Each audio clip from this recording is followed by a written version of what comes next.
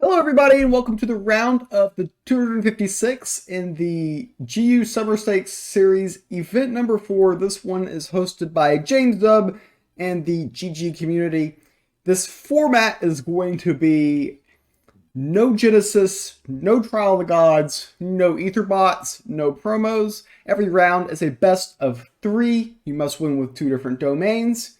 So those are the rules. This is the first round of the event, and let's go ahead and get started here. The only thing I'm going to point out about this video is while I was originally playing this match, I was watching the chess candidates round of whatever round it was at the time that I filmed it. So I recorded the game.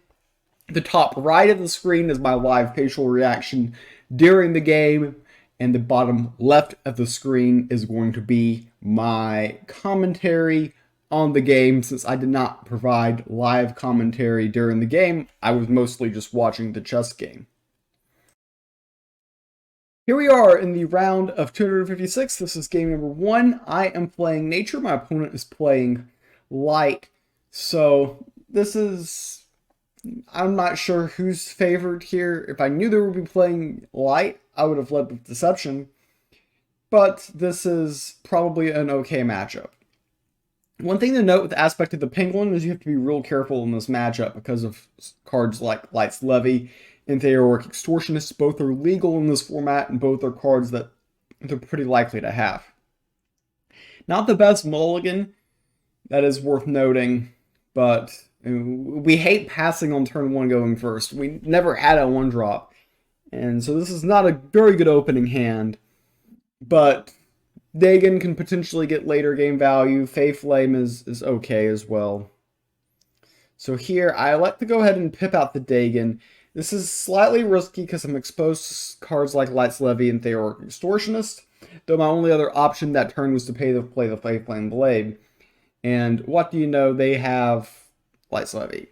So, not a good start to this game.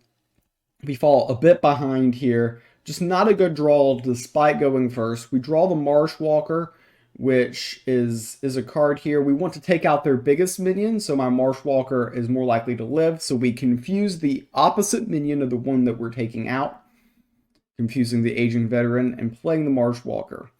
They've got the Mace of Calling, so they have a Relic, and they're going to go ahead and play a Skeletal Hoplite, which is a bit awkward for my Marshwalker. My Marshwalker doesn't go particularly well into it. They take the risk on the 50-50 attack with the Aging Veteran and hit. Now, we've got another very awkward turn here. We can Sing Song with 1 minion, which is cringe. But there's not really another mana-efficient play there. I don't want to play God Power, and I don't want a Lightning Strike on that board. So I still think Sing Song was the optimal play there. You can tell by my facial expression that I'm not that thrilled about this game. This is one way of putting it. Our opponent's going to go ahead and buff their board, which is annoying. And yeah, they go ahead and they take out my creature. So here, pretty easy decision. We got to go ahead and take out the Skeletal Hoplite while we can. They will be able to take out my Sing Song Satyr. The Volkay's Master of Pain is an interesting card to run. There's multiple synergies. First off, my deck doesn't have many 1-health minions. It also works very well into Protected, which our opponent has a lot of here. And it works very nicely against decks like Zombies that are running a lot of 1-health minions. Also very effective against Deceptions, cards like Shadowcat. Combos with the card Drawn a Blank. It combos Blitz, Dagon. It combos with Dagon. How can I not come up with Dagon while playing Nature? That's another thing. But it combos well with Dagon, and it does mess up some of their protected minions. 5 mana 4/5 is giving up a little bit, but the ability is mostly favorable when you're playing Nature. So our opponent, they're able to stick a 3 board and play Protective Benediction, which actually means my minion's ability acts as a one heal for each of my opponent's minions every single turn. So this is a very awkward position. I think that we're still a little bit behind, which is never a good sign. And now our opponent here, they have to come up with something to do, and they elect to go face. Instead, they could have peeled my minion off the board, but they're electing to go face, which is a very questionable play and opens the flexibility for myself on the next turn. They're going to go ahead and buy the Amphibian Archer. All right, so we have a lot of plays here. Most notably, the correct line, and looking at this from a fresh perspective, I should probably... This is so difficult. If I GP and Howler, then I have 3 mana left. I can peel. So what I think I should do is I should activate the GP, play the Howler. This will give this 5 attack. This can take out this. This hits here. Lightning Strike takes this out. I think that's the best line. This lives. Though the awkward thing with the Howler is it dies immediately due to that. So that's what I'm looking at this situation and thinking about now. I want to remove 2 minions, if at all possible. And I go ahead with that attack, and now I'm thinking here and elect to just... So cringe playing the Moose. But I guess I'm asking my opponent the question, what are you going to do about this situation? But I don't know. There's a lot of ways. That turn in particular is a very hard turn to play. Because there's a lot of options. You've got options to play Rune of Strength. You've got options for potentially taking off the protected of their 2/4 and playing Lightning Strike, guarantee the kill there. There are a lot of different lines what we could have gone with, and I don't think the best one was chosen. Now our opponent drops Prayer of the Desperate on a 3-wide board, 2 of which were buffed previously already. So again, we're feels like we're just well behind in this game, but it's a little bit more complicated than that. We've got the Rune of Strength, and the Brazen Moose is going to be a key minion. So this is going to be a key moment in the game this turn.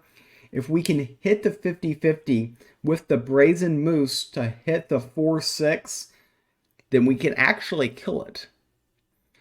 And otherwise, our Lightning Strikes are pretty awkward and not really going anywhere. So here we take the gamble, we miss. Since we miss, we play Bladefly. Now the one thing to note is the Moose still has frontline, and it has 5 health. So if they don't have a way to ping or pump in their hand, they can't get by the Moose. So I, again, was aiming for the 4/6, and they're going to go ahead and they're going to put additional health on the 4/6 to make it a 4/7, and now a 4/8. It's still got the armor. It can hit the Moose and live. However, you have to give up the Archer as well to get rid of that one at last health, and they do so. Now we've got a turn where our Lightning Strike can guarantee to go wide left here. And that's key. So, easy decision here. The Lightning Strike is a heat-seeking missile, hits the strongest creature because that's the text of the card. And now we've got Bladeflies. And depending on how good our Bladeflies listen this turn will depend on how great this turn is. What we want to do is we want to trade the Bladefly into the 1/1, have the other one go face, and then pick up the Ranger First Bow from the Sanctum to take out the 2/1. And then we get exactly what we want. So we're clearing their board. The Bladeflies listen. We've gotten good confused RNG there in a critical moment. Last Bladefly doesn't listen, it goes face, but our opponent only has a 1-wide board. And this game was looking very, very bad not that long ago, and now it seemed to have found the correct direction. So our opponent is going to go ahead and go as wide as possible in one turn. They've got Fester, they play his little minion, and they got another Echo minion. So they end up with a very impressive board, all thoughts considered. So here's a unique situation. If both Blade Flies go face, I have lethal. But I don't think going for that line is the best line. So I just take the trade on the Fester while I can guarantee it. And here we can go ahead and lightning strike. Well, it wasn't guaranteed. It was a 50. It was a 50-50. We go ahead and lightning strike the minion, and now our opponent isn't really left with much on board. So we're just going to go ahead and just trade. Keep our very wide board. They only got one minion with protected left here, and ultimately there's just not much they can do. We were able to survive the Protective Benediction plus Prayer of the Desperate. I mean, they had a wide-ish board. They got the double buffs. Usually when you're able to accomplish that with light, you win the game. And maybe I was a little bit critical of myself earlier in this game. The lines I took were not that bad. So here I'm attacking first with, I should Rune of Fire first. Okay, I realized that. Rune of Fire first, then attack with the Confused Minion. It listens. Attack with the other Confused Minion. It also listens. Nothing on board for our opponent who is playing light. And we're just going to keep expanding upon our advantage here. And ultimately, there's going to be nothing our opponent can do except hit the concede button right now. They flash an emote before they hit the concede button. Hit a couple of other buttons for additional minions. And we will have lethal and secure the win in game number 1. So after winning game number 1, we decide to queue with Deception in game number 2, thinking there's a possibility our opponent could re-queue with the same list. They also elect to queue with Deception, so we've had a little bit of a mirror action. One thing to note in the Deception mirrors, the Switch Duelist is weaker than normal, because all the strength reduction cards actually kill Switch Duelist. Because when you reduce its strength to 0, when it flips, it has 0 health. So that's actually a major problem. I typically try to avoid having Switch Duelist in these type of matchups because you get wrecked so easily. Opponent opens turn 1 with a Patient Pickpocket. We have no way to deal with it, so they're going to get a copy a card from our hand. We go ahead and play the Armor Lurker on T1 so that they can't copy our Armor Lurker. That is key for us. They go ahead and play their own Armor Lurker. And here, a mistake is probably made. Dropping Whisper Baron here is questionable. I probably should have just played Lethargy Mage and not attacked with the Armor Lurker. Now my Armor Lurker is exposed, and of course, it's Deception. They've got stat reduction, so their Armor Lurker can kill my Armor Lurker, and that's not a good deal for me. And our Whisper Baron is kind of in an awkward position. I mean, we can play Lethargy Mage and take out their creature, but ultimately they're beating us on value here.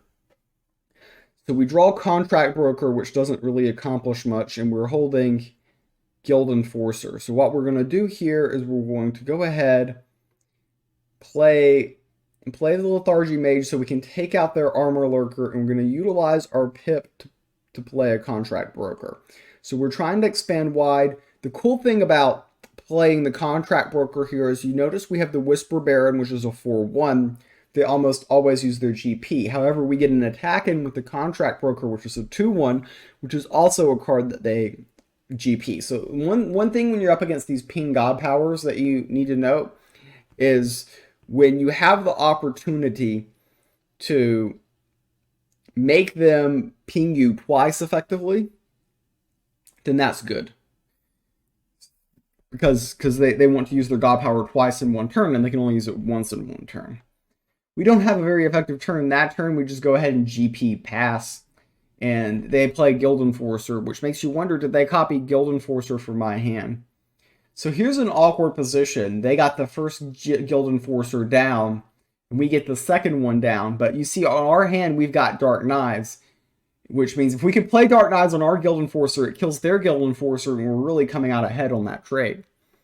However, our opponent plays Cutthroat Insight, and this isn't great because they also have a pip available to them where they can not only take our Dark Knives, but take our entire play and take our entire soul.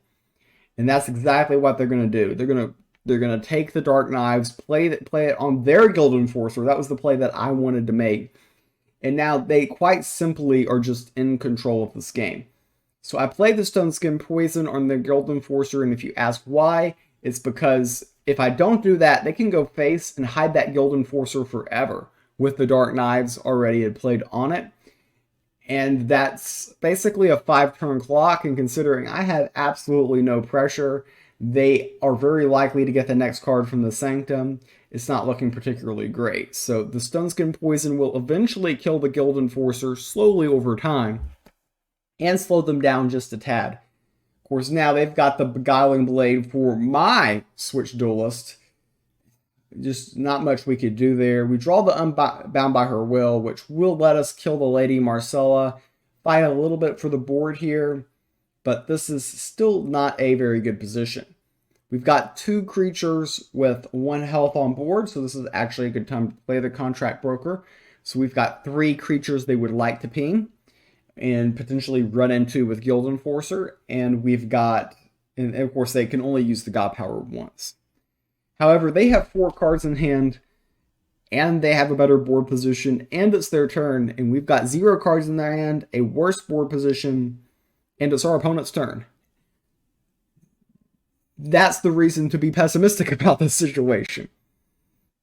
Not a very good spot. They go ahead and leave their Guild Enforcer a little bit exposed, but we're not drawing anything that's going to get us out of that situation.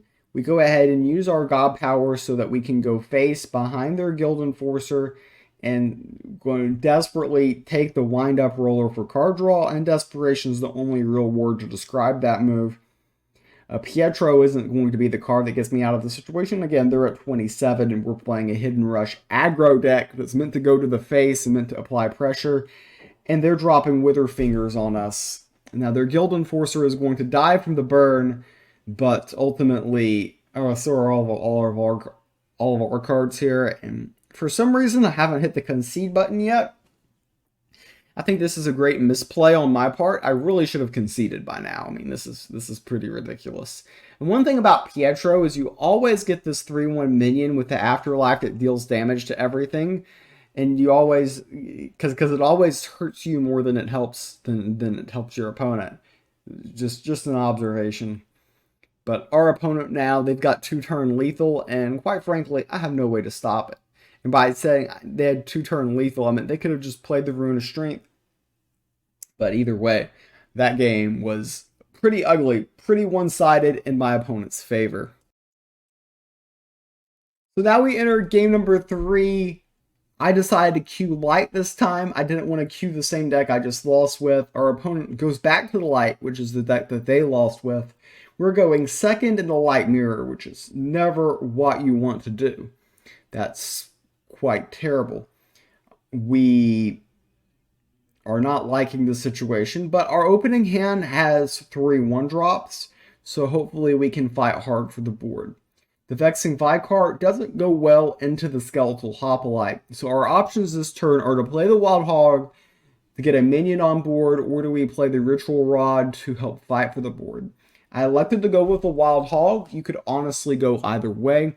Both are valid plays. We're obviously not playing the Vanguard Axewoman that turn because we don't get value by playing Vanguard Axewoman that turn. The Hoplite goes very, very nicely into the Vexing Vicar, but once again, our opponent has a Levy type effect.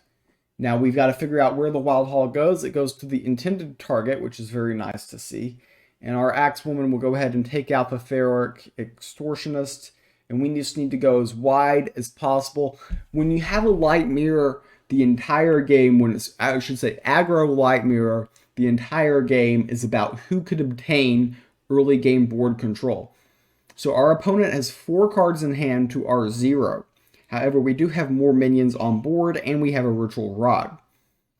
Then they go ahead and play Militant Theist. We're going to need to draw useful cards. When we draw, we don't quite accomplish that right there. I thought that if the Wild Hog made trade, we could have basically cleared their entire board. Here we have the option between playing our God Power or going wide. I'm hoping to either drop Top Deck Prayer of the Desperate or Protective Benediction here. So I'm going to go as wide as possible so I can potentially get value out of that. Our Ritual Rod can take out basically one more minion. They're probably going to hit the Wild Hog here, or they could also hit the Axe Woman, and then our Ritual Rod should get value next turn. Opponent is going to the rope, considering their options here. I mean, they do have probably many ways to go, but they really need to fight hard for the board. And instead, they play the Mace, which was, I feel like, was a really bad mistake. And they don't even play the 1/1 minion. They floated to and played the Mace. I think out of everything my opponent could have done, that had to be the absolute worst play. Because there's Relic Kill in the Sanctum. They don't play the 2/2 minion associated with it. They just floated 2 for absolutely no reason. And now, despite going second in this game, we have suddenly taken control here on the board. And the thing is having cards in your hand in the Light Mirror isn't that useful. You need your stuff on the board, and you need to dictate favorable trades. And despite going second, we have accomplished that. And this is a unique situation where having the Ritual Rod on board, we're like, I shouldn't play my minion because the Ritual Rod will just take it out. I mean, the fear of the Ritual Rod actually was very, very strong in our favor. So here, I draw Protective Benediction. I want to give everything protected and 1 armor.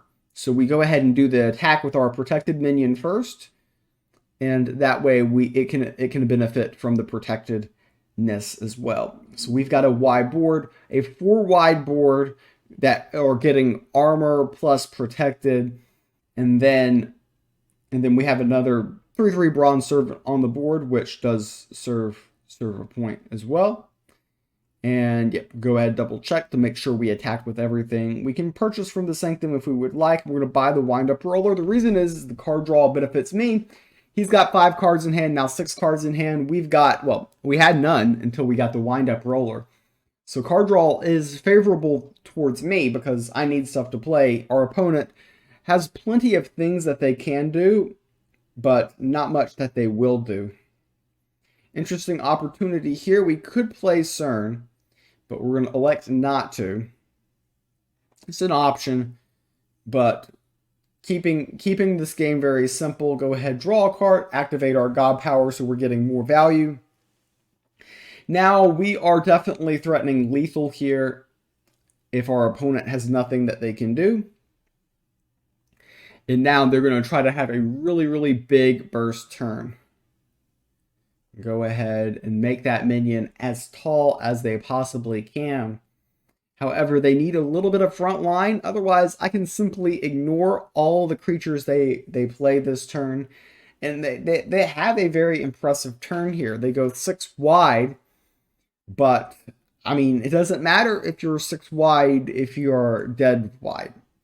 And here, you can see we waste no time to go straight to the face. Obviously, we had already calculated lethal prior to their turn, and they did nothing to prevent that. And we get the win in round number 1, advancing to the round of 128.